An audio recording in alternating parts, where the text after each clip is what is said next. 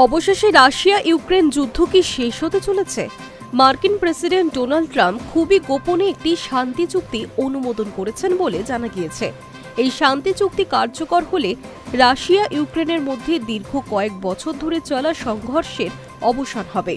বিভিন্ন সংবাদ মাধ্যমে প্রকাশ করা হয়েছে, এই সপ্তাহেই ট্রাম্প অত্যন্ত গোপনে রাশিয়া ও ইউক্রেনের মধ্যে 28 দফা একটি শান্তি চুক্তি অনুমোদন করেছেন।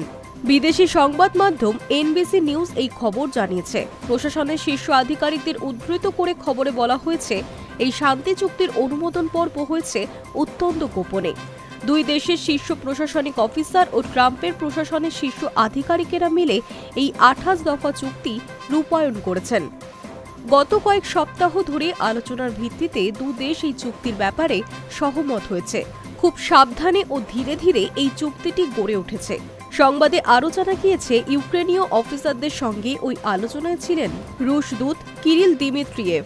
এই চুক্তিটির উৎস হল ডোনাল্ড ট্রাম্পের 20 দফা গাজা শান্তি চুক্তি। সেখান থেকেই এই নতুন চুক্তির রূপরেখা তৈরি করা হয়েছে।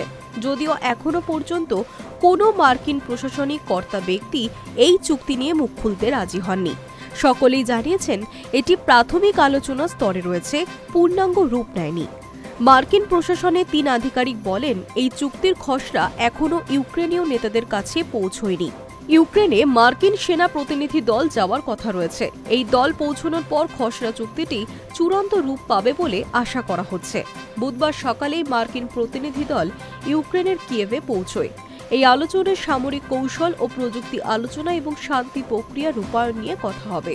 যদি শেষ পর্যন্ত শান্তি চুক্তিতে একমত হয়ে যুদ্ধ অবসান ঘটে, তাহলে প্রায় 3.5 বছর ধরে চলা রাশিয়া ইউক্রেনের সংঘর্ষের অবনতি ঘটবে বলে আশায় বুক বেঁধে রয়েছেন সকলেই। Hi news network.